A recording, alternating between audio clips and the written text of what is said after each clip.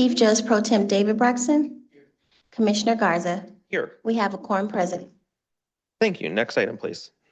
Item B, remarks from the chair. Thank you. I want to take the opportunity to welcome everybody to the advisory board. I'm Commissioner Alex Garza. I introduced myself to most of you here today. Commissioner for the 14th District, which includes the cities of Taylor, Brownstown Township, Woodhaven, Gibraltar, and Rockwood. Due to the passing of our colleague, Commissioner Irma Clark Coleman, was asked to chair the board and to move forward with the work that we're doing. So I ask you all to please indulge me, and I look forward to working with all of you on this board to make sure we're doing what's best for Wayne County. So I appreciate you all for having me. I look forward to working with all of you and Lester as well, and to make sure we're doing our best to do what's best for the county. So I appreciate you all for being here today. Thank you. Next item, please. Approval of the May 28th, 2025 meeting minutes.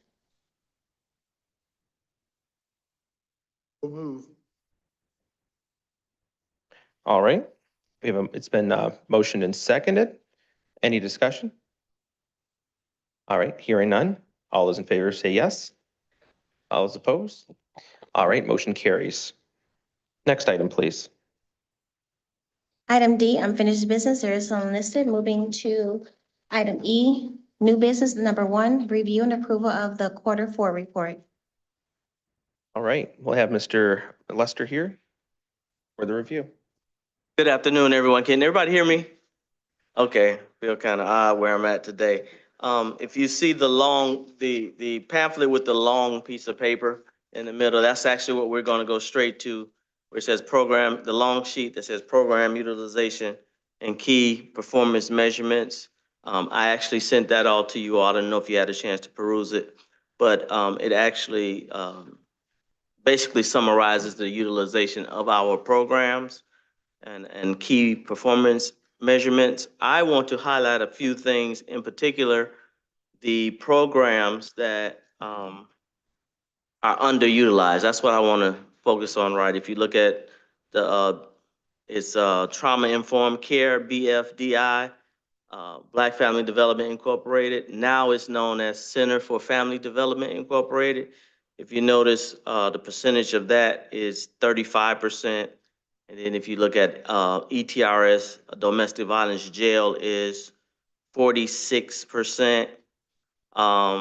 Even the ETRS, domestic violence community, is 92%, but that's closer to 100%.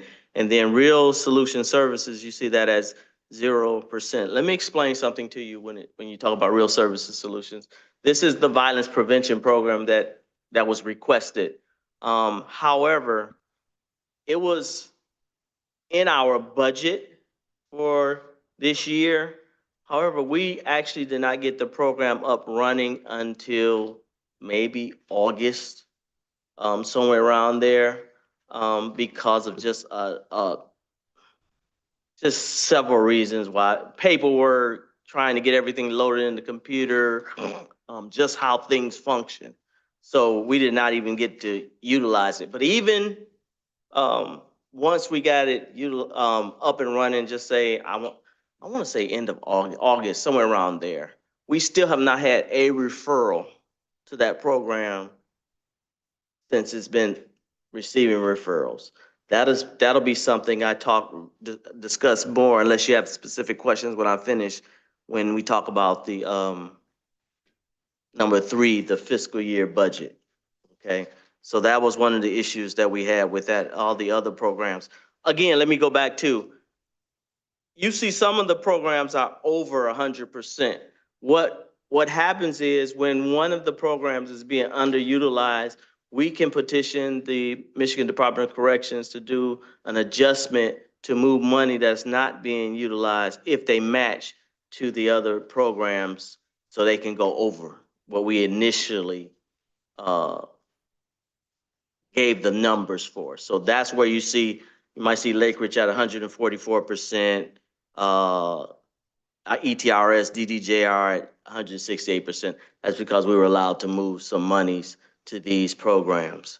So this is basically summarizing. I wanted you all to really see the totality of the utilization and these programs I don't want to get ahead of myself because there's so much more I want to say when it comes to the budget that'll tie to this. But we have to actually, this is a requirement that this report actually has to be approved, and then we'll be able to move on. So I'll open it up any specific questions at this time. Any board members? Yes. Board member.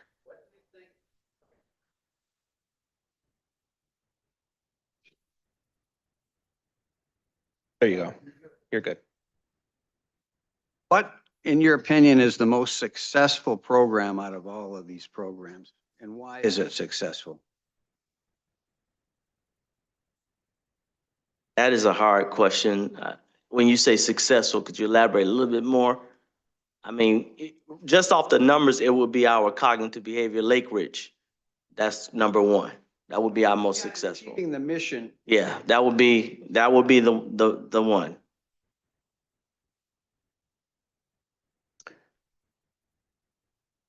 Additional questions from members? Okay. Thank you for that report, Lester. All right. Have to is this a receive and file or approval? It's an approval? All right, we'll need a motion in a second for approval of this report. All right, it's been moved in second. And any discussion on this item? Hearing none. All those in favor, please signify by saying yes or aye. All those opposed? All right, motion carries. Next item, please. Second item is discussion regarding the board's vacancies. Many of you know we have 3 vacancies on the Community Correction Advisory Board. You should have 2 resumes from Eli Day and Dr. Keisha Allen. We anticipate moving forward to appointing them to the board. That is, the process has begun. They will be filling the spots of media and communication, as well as an alternative community program.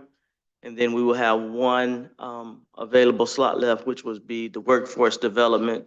And we're working on that. If you know someone in that field, you can always send me their email and I'll meet with them and we can get that process going. So I just wanted to give you an update on that. I am really trying to get those 3 slots full, so it'll be easier to have a quorum and make it more efficient and effective when we meet. So I just wanted to give you an update on that. Any questions? Any questions from members on this? All right. We can go to the next item. Number 3 is the update on the fiscal year 2026 budget. Before I start, I do want to acknowledge we have representatives from MDOC that are in the audience, and they will be able to answer any questions also. At this time, in particular, Molly, raise your hand so they can see you. I'm going to try and just really shape this in the way that I've had numerous discussions with people. I met with Molly as well as Nancy Hambrick, who actually works for, she's one of our partners, Wayne State School of Social Work, wrapping our arms around community corrections. Because the reason I'm saying that is because we received our budget this year and our budget has been decreased again. Our budget is $900,000. Okay, so if you remember last year, it started off at 1.3 million. Okay, during the year, because of not utilization, using all of our funds, the Michigan Department of Corrections requested another $200,000 reduction. So our budget actually ended up going to $1.1 million. Since then, we applied again. We asked for 1.5 million. We ended up getting 900,000. In conversation with numerous people, I've had a conversation with Commissioner Garza. I've been trying to basically wrap my arms around as many people as possible to get an ideal, because change is needed. Let's just flat out put it on the floor, because if we keep doing what we're doing, the evidence is we're not utilizing certain programs, and that is affecting us. We already lost 1 staff. Okay, you need to know that when you look at the budget for the grant, we can't be more than 30% of administrative cost. So when you're looking at $900,000, we have 4 staff members. $900,000 is basically going to say somebody will not get funded. One of those jobs will not get funded. Just being not from the grant. Okay, so one of the things that I was looking at, as well as some of the suggestions, were to, in a way, how do we overhaul community corrections to make it effective, highlight the programs that are working well. Okay, so that may mean we may have to just scrap some programs, some programming, highlight the ones that's working, maybe increase funding to those so they can do more effective, and then set a foundation for growth. Because I was told there is more money for Wayne County. We just got to show that we're basically being good stewards and our programs like are maximizing utilization. Another thing I want to point out too is when we institute a program, it has to go through a very long process. And oftentimes, that's what happened with violence prevention. And oftentimes, it's actually too long. So one of the things we will explore in the future is, can community corrections run their own programs? Because if we were just to say, for lack of a better word, if a parenting class was something that was needed, do we have the staff already? Do we have the capability, because we are under the Health, Human, and Veteran Services umbrella? Do we have the people there that can actually put that program on so we can start immediately, instead of going through maybe a 6-month to a year and a half process before we even get it off the ground, and then more money can go towards the program? So it is whole lot on the table. I meet with our director next Thursday, because she wants we need to sit down and talk basically of how we are going to overhaul community corrections. One thing that I want to highlight again, when we talked with MDOC and Nancy from Wayne State, we got to look at the programs that we may necessarily be paying for and see if it's an alternative for somebody else to do that, and we fund programs that's not being done. So it is a lot. I know it's a lot going on, but this is the time where we have dialogue, because we're going to have to come together again in the near future when I reshape the budget to present it to you all, to let you know how we're moving forward, and hopefully we can get approval and move forward. I'll give you an example of what, and then I'll open up for questions. When you see like the GPS program, when you see it at 177%, that's good that we're releasing defendants. But this is my opinion, if we were to maximize it, it would be better if, when you're releasing them, are they available to go into that Real Solution Services, that violence prevention program? So the referral is almost 2 in 1. Instead of, because we haven't been referrals. So that's something that we're going to have to look at. And we've even suggested the program for the violence prevention program is actually a 9-month program. And talking to people, I've been told that may just be too long. So one of the things they've suggested is that we go strictly to the HEAT program that can tackle violence as well as gun violence, but it's not as long. So those are the things that we're wrestling with right at this time. At this time, I'll take any questions. I believe if you have any questions directed for the Michigan Department of Corrections, they'll be more than happy. Or if Molly or Jack, if you want to add something, just raise your hand. I'm sure Commissioner Garza will let you speak. Just to preface this conversation a little bit, Lester and I, we chatted and we met about this, and we were talking about the question that you had is just, what programs are most effective? Which programs need to be evaluated, and all of these programs do, to see what we need to do to consolidate and really make sure that we're doing our best to look at the programs that are effective and how we can expand them to be more effective. So this is, and we'll be working very close together on this, coming in new to this, my fresh set of eyes on this, and we want to work very close on this. So I just wanted to be clear about that. And I, of course, welcome MDOC if they have anything they'd like to add to this, and any board members who would like to talk on this issue as well. I'm happy to let you do it this time.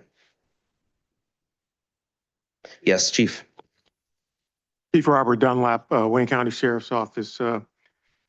Through the chair, just some comments and observations. One of the things that I noticed in looking at the programs, that for some reason, the domestic violence program is only at a 46% utilization. And for me, and I could be wrong, that kind of signals to me that maybe the message is not getting to the bench about this program being available, so that it's a option for the bench to consider when they remand someone to the jail, and perhaps even when they allow them to be released on bond or tether. I'm just really shocked to see that the domestic violence program is not really overutilized like some of the other ones. And so in looking at that, I'm thinking, as I sit here as a member of this board, if we don't do maybe a better job of just kind of, explaining to the bench and others what's available here, we're going to see the cuts, and ultimately the jail population is going to continue to go up. And I can tell you all, over the last month or so, I'm noticing that the jail population is ticking up. And, with the federal government shutdown and whatever impact that's going to have, God only knows how much higher it's going to go up. And so just a comment, and I'd be willing to work with you on this. There's a lot of different programs here. And I think a lot of us are in a world or a space of information overload. And we have to find a way to create a informational brochure that presents these programs in bite size or bullet point type information, because I can only imagine what it's like for these judges to sit on a bench with all the things in front of them. And I don't think any of them really want to put anybody in jail if they don't have to, but it's very hard to remember programs like this if you don't have it at a glance in front of you. And I think we should really give that some thought on how to create a information brochure or develop some type of information campaign so that we can increase utilization. If there is more money at the state available to Wayne County, we should be going after it. And I'll say this and I'll shut up. I'm very proud of a program that we currently have in the jail called Pathways for Home, which is a jobs program made possible through the Department of Labor, Detroit at Work, SEMCA, and a few other organizations, where we were awarded $4 million 3 years ago to provide job training for inmates in the jail. It's the absolute very best program ever in the jail. For me, being in this position 15 years, we started it just as we moved into the new jail last year. We put 220 people through the program. 153 completed it. 104 of that 153 have been released from the jail. And I'm happy to tell you 34 of them have jobs. Okay, you might say, well, the number is low, but put 34 people in this room who at one time was committing crime, but now have a job. That's a huge impact. And so there may be a way also to wrap some of these programs and services around individuals in some of those programs. And so, I just couldn't sit here and be quiet hearing you say that, there's continuous cuts when, if you ask me right now as the chief of jails, like, well, what does all these programs do? I honestly couldn't tell you. I know what, domestic violence is in the jail. I know some of what ETRS does, the cognitive behavioral therapy. But I don't know if all of you know, and we're board members, and we should kind of know it like the back of our hand. But we come to these meetings every quarter or so, and we listen to your report. And I think if we honestly say we walk away, I don't know what all these programs do. And so if we're feeling like that, imagine what the rest of the bench is experiencing, and we're expecting them to know and utilize these programs.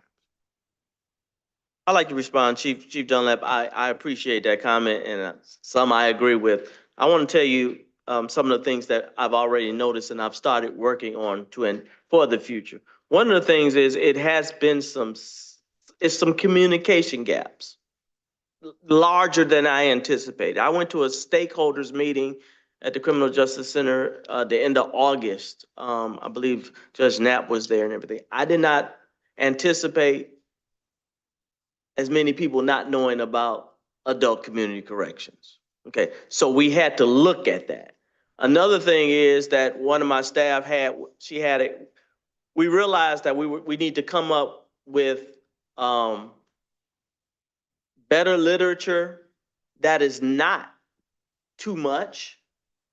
And one of the things we're working on is actually a small card that every judge can have actually on their bench to basically know our programs, and it's not too much. And another thing is, we realized the communication. I've been trying to say, what can we do to present, to increase or become more effective in our communications? Two things that hopefully we can start doing or shape something around it. One of them is simply saying, okay, here is our fiscal year 25, 26 year budget. Every program that we highlight, just say I'll say Lake Ridge, we anticipate 100 people coming through that program for the year. What we will do is we will divide it by months or maybe weeks, depending on how it is. And when we don't meet that goal, an email goes out to everybody. So we know right away we need to start working on that. It'll go to the Community Correction Advisory Board as well as our stakeholders. Everybody will get an email letting us know that, look, something's not going on, because I think most of us agree and feel as though the bodies are here to refer. It's just a communication problem. That's one. And the second thing we talked about is we used to have they called it, where someone in our staff in the jail would meet with the judge, the prosecutor, probation agent, all that stuff on a regular to make sure that all the information was funneling to the appropriate person or people, and also include the clerk. So that is something we need to revisit and see how that we can make sure that is happening. Just trying to close any gap that we see. And if anybody on the board, if you see gaps, just let us know. I mean, we're up to any suggestions or anything, but I wanted to just let you know that what you were talking about, we actually have discussed it, and we're already in the process of trying to alleviate those communication gap, as well as come up to date on technology. Because we're very behind on technology, and a lot of information can be actually streamlined through technology if we do it appropriately. I may respond Chief, to the chair please. quickly. Yes, please. I need you to know that I'm not just looking at you and your staff. I take some ownership here as a board member as well. So I'm not just looking at you all, but I'm asking, how can we as the board help you all better get the message out so that, we can see the increased utilization? And I might recommend that, maybe the board need to maybe do a half-day retreat or something, where your staff to this board say, this is this program, this is who is eligible for it, and here's who provided. And maybe after that, we come out with a plan on, because we got the people right here, we got the judges, sitting on the bench that can, get the word out. But I think that's, a big challenge for us. So it's not just you all, it's me. Yeah, trust me, I don't take anything personally. Yeah. But one of the things I want you to know that we've already flagged that as a priority of the literature. That the reason nothing has actually started we haven't started with that revamping the literature is because we need to know what programs we'll have. And then we will be able to shape them so that the literature is a partnership and we run it by everyone to make sure that it's understandable and if there's any questions. And once we have that in approval, everybody will have it. Although I don't like cutting down trees, I know it's a necessity that we have it electronically as well as hard paper. That's just the world we live in. So we'll make sure we have both of those, that everyone actually can know and describe our programs.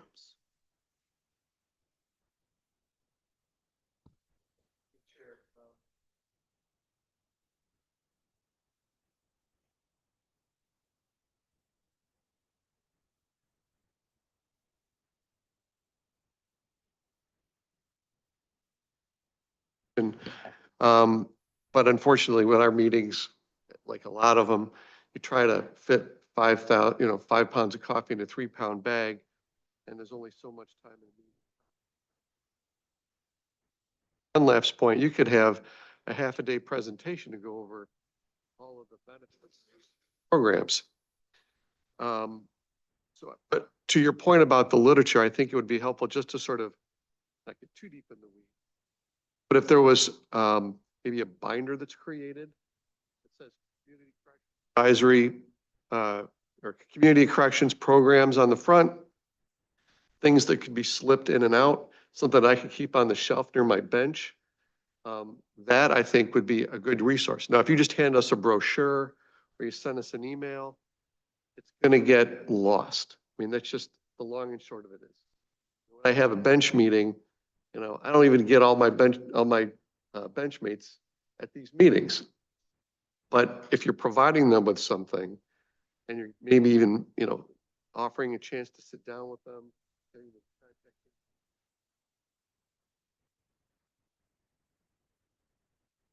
apart from that, I think it's also important to make sure that we have great probation officers. Ms. Draheim's great. She's a great resource. A lot of times I think judges, they look at the pre-sentence investigation report and they're going along with a lot of recommendations. They're not really thinking about other programs that are out there that might be useful.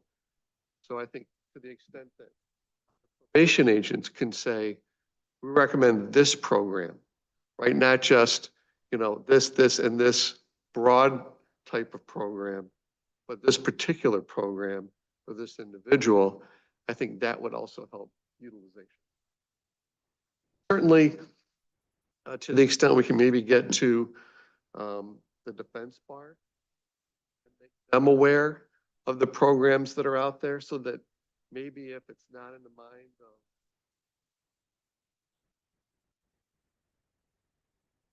mitigation and putting them in a program as an alternative, they can certainly make a recommendation to the judge or an assistant prosecutor about a program that they think would be a good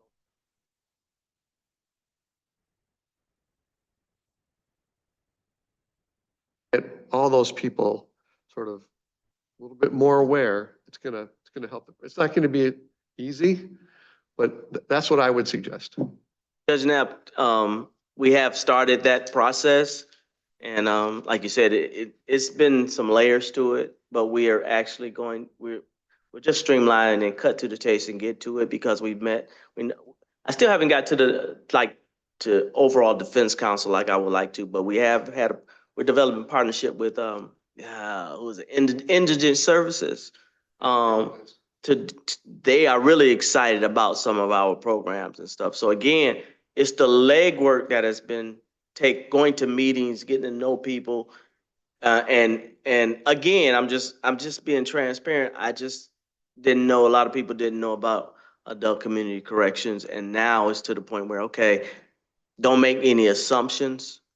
And then in our meeting, excuse me, Molly, or if it was you or Nancy, when you basically said, you say simplify, and so that's a word. Besides change, I'm also looking at simplifying, like you said, Chief, I believe Chief Dunlap, you say being on overload. So how do we basically simplify adult community corrections so it is efficient, effective, and excellent?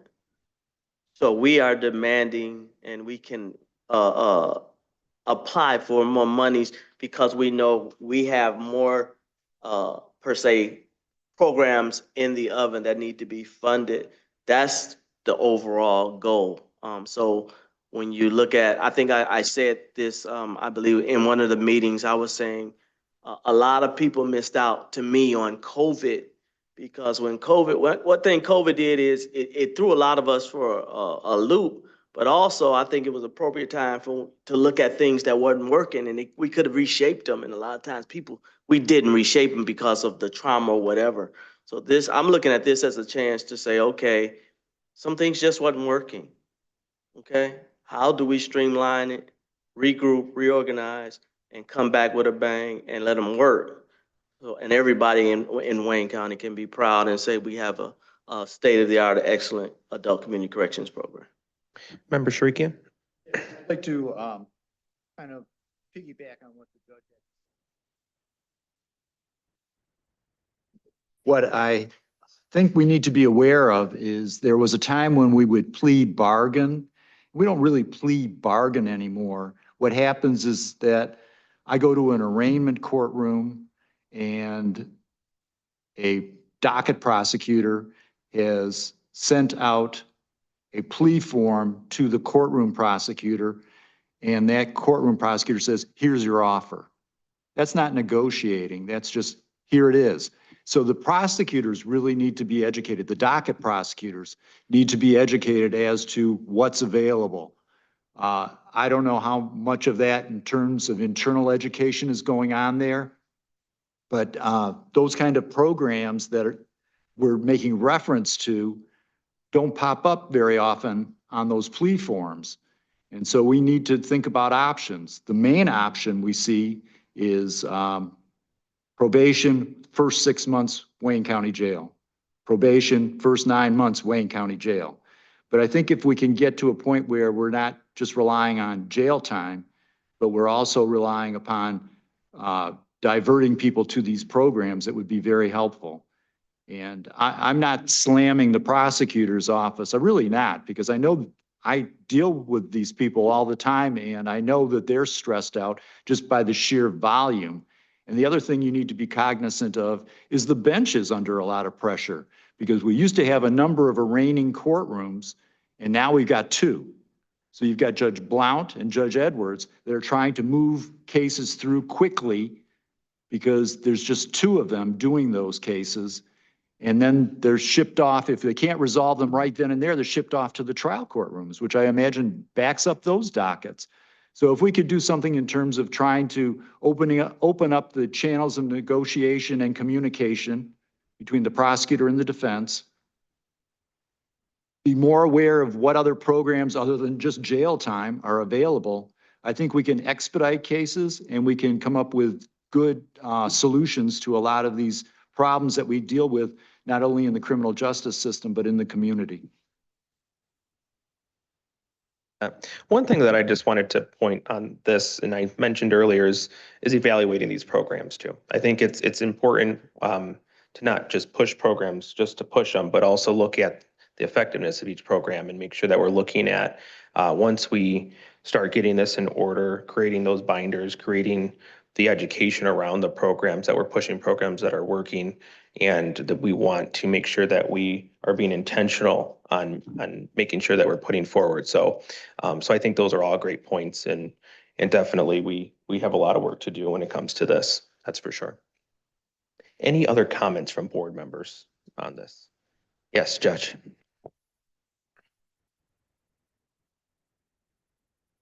When I spent time as a prosecutor in some of those arraignment courtrooms in particular, there was a DV court that split with an auto theft court. And these were important because for the most part, the cases that came through there were what we consider lower level offenses. It wasn't the worst assaults, but they were assaults. They weren't the worst felonies, but they were, crimes of theft. The cases in particular that community corrections is for, and, I was a DV prosecutor, and not only did we have community corrections, most of those cases got resolved that way, but then on top of it, somebody from those programs will be down in those courtrooms. So when we're doing intake and we're making decisions on where, people are gonna go and what I'm gonna suggest to the judge, I've got a representative right there in that courtroom who's, is telling the judge what we can do, with this individual. And, I don't know if that's still around, but it can help. Another practical thing that I thought of, as far as, community corrections orders, we order probation all the time as judges. And we have a, kind of a standard, things that we put down, mental health training or mental health evaluations or batterers counseling. Maybe just a blanket order, community corrections, give the probation officers and pretrial services more power to decide from that order, what programs to put folks in. That might help.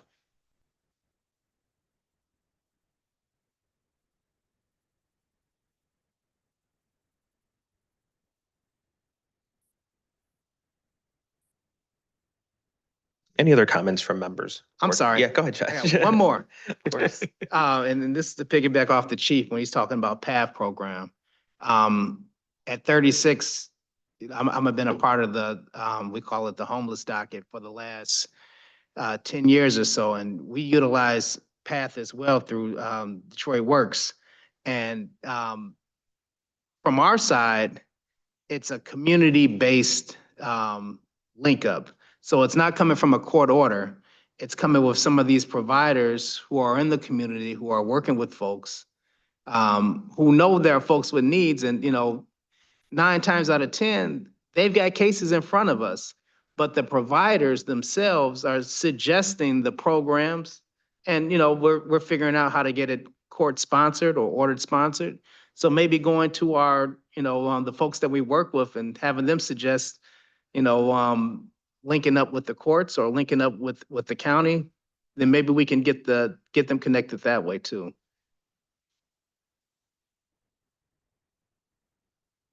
Just, Yeah, absolutely, and Chief, that's please. kind of what I was my last comment, we should consider also raising the community's awareness about this program. Because I would say the general public is not aware that Wayne County has Community Corrections Advisory Board that have programs, because even though people get in trouble, they have loved ones that love and care about them and would advocate for them to, get in programs like this.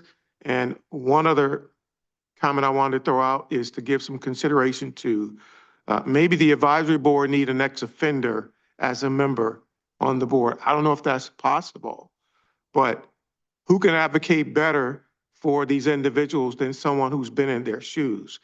And I don't know if that's, allowable, but if so, I think we should give some consideration to that. Any other board member comments on this item? Else, Lester, for item number 3? Oh, yeah. MDOC, is there anyone that would like to speak at all? Yeah. Yeah, come on up, please.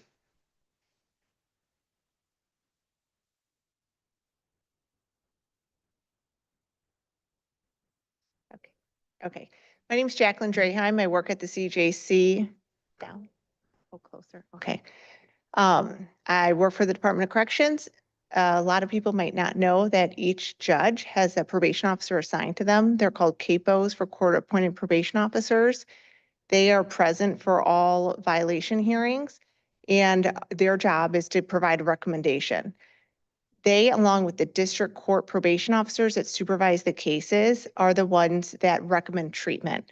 We have a monthly resource session meeting with our treatment providers and have them introduce the different programming that we have.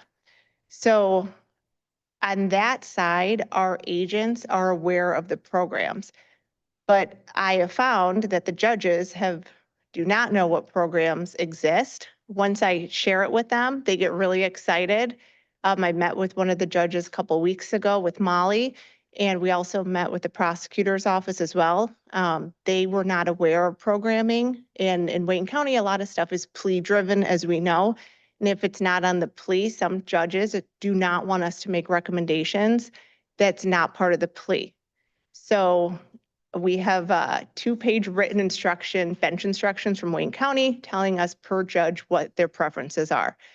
So that might be a little obstacle, but I really think what we need to do is have one-to-one meetings with the judges and explain to them what the programs are.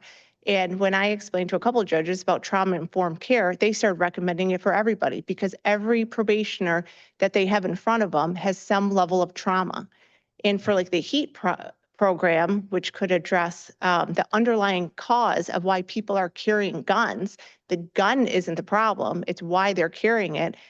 Once that's introduced to the judges, and I think everybody that's worked in the criminal field knows that when a judge likes a program, you know, they utilize it. So as the members have stated, there's a lot of information that's not known. They're inundated, the judges are inundated with emails. They're now getting correspondence with, you know, like constantly emailed to them.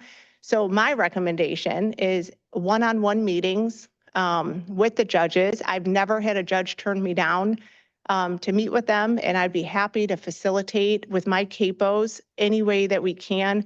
We could meet with the judge, the CAPO, Mr. Thomas, in, you know, one-on-one on their schedule. And I really think that that will help increase the programming.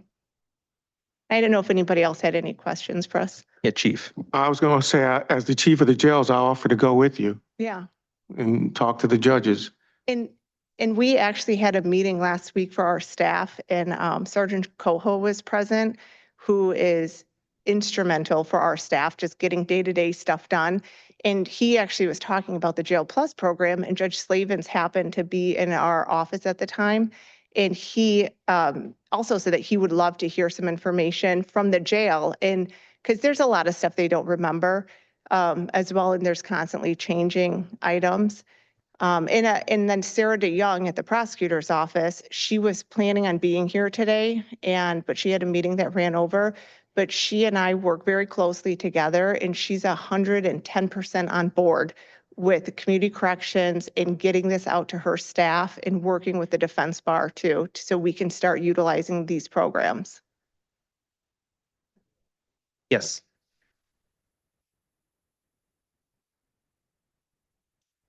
Before Judge Miller yesterday, and we negotiated back and forth in the courtroom at the prosecutor's table. We approached the bench. We discussed various options available to this defendant, and we were able to resolve it. In fact, part of the offer and acceptance was Jail Plus. And so we worked it all out. But the only way we were able to do that was we were all able to talk to one another. And because of technology, a lot of times everything is at arm's length. You send an email, I send an email back, we go back and forth. Whereas if I'm sitting here and I'm talking to the chief and I'm talking to Judge Williams, in a matter of moments, we work it all out. But because of Ms. DeYoung's efforts and Judge Miller listening, we were able to resolve the matter right then and there. I also would like to offer, we have a beautiful, large conference room that anybody's welcome to use at the CJC. It's very nice. So if you ever want to come, we're on the 4th floor and use it. Oh, Yeah, you can- we've already discussed that. I discussed that with Ms. Octavia to make sure. if it's an alternative to having these meetings at the CJC. She said it could be done, so we're going to start exploring that. Sure, that'd make a lot of lives easier too. Excellent. All right. Any additional comments from members? Thank you for that. We appreciate. Yes, come on up, please. Molly Maynard. I don't know if you've seen my name on the proposal. Did that get distributed, Lester? It did. Okay. I hear that there's a lot of concerns about not knowing what the programs are. I want to make very clear that this board votes on the programs that are being funded. That means this board is responsible for the plan. That means this board should know the programs. I would strongly encourage you to meet more than quarterly. And I will be here every step of the way. I've told Lester, I'm here to help. I'm not here to hurt. I want to see success. I think it can be done. But it starts with you guys, and you have the opportunity now because the application was kicked back and you are starting fresh again. It's the award's still the same. Don't get too excited. But the point that I made in the proposal was that you need to review the targeted populations. You need to review the locations, meaning community or jail, or do you need both? Go to where they are. I hear, and Sarah, who I met with Jackie from the prosecutor's office, said they are, in fact, giving longer jail terms. She would like to see SUD programming, substance use programming in the jail. We've had conversations with Lester. I encourage you to have those conversations like we had yesterday with all the individuals here. Bring it to light and then get moving. And let me know what I can do to help. And we will meet very soon as well so that we can talk about that plan and also about meeting more regularly as a board. Now that we have our group together, we're getting some more members, so we'll have some more uniformity in that way. So I think that'll be a good thing. So we'll meet very soon on that. Any other additional comments from members? Anything else, Lester? Yeah. Just want everybody to know that I will be sending out an email again soon. We will need to meet again soon. I like the ideal of having a retreat, even if it's virtual. But again, I think we need to look at it. And I'll actually send our programming brochure to everybody. So you see exactly what we're doing, what we've been doing, and how, and to give you an idea, you can match the programming with these numbers and look and see, and maybe see where some gaps may be or what have you. So when we meet again and I start sending you rough drafts of how I think we should move forward and everything, all of us will be on the same page. So when we shape it and present it to Molly and it's signed off on, we all feel confident that we know where we're going moving forward, and we're proud and we're excited that it's something to build on instead of something that's repeated that basically has not been working. Great. Any last comments from members? Yeah, maybe I should have just, been a little more specific. I do know what the programs are. It's the detail that I'm sure not every judge has the time to dig down in it. But your point is well taken, and Mr. Thomas, we'll get together. We'll get the state to double the money soon. Trust me on this one. I've done this too long. We're going to work on that. We'll work on that. All right. If there's not any additional comments, next item, please. Item F, such are the matters as may be properly submitted before the board. Not aware of any. Next item, please. Item G, public comments. Right. We are now at the public comments portion of our board meeting. If there are any interested parties online who'd like to make public comment at this time, please unmute and do so at this time. Chair, there are no hands on Zoom and no emails were received. Thank you. If there's anyone in the chambers who would like to make public comment at this time, please come up to the microphone now and do so at this time. Right, going once, twice. Public comments are now closed. Next item, please. Item H, adjournment. So move, I'll make a motion that we adjourn, close this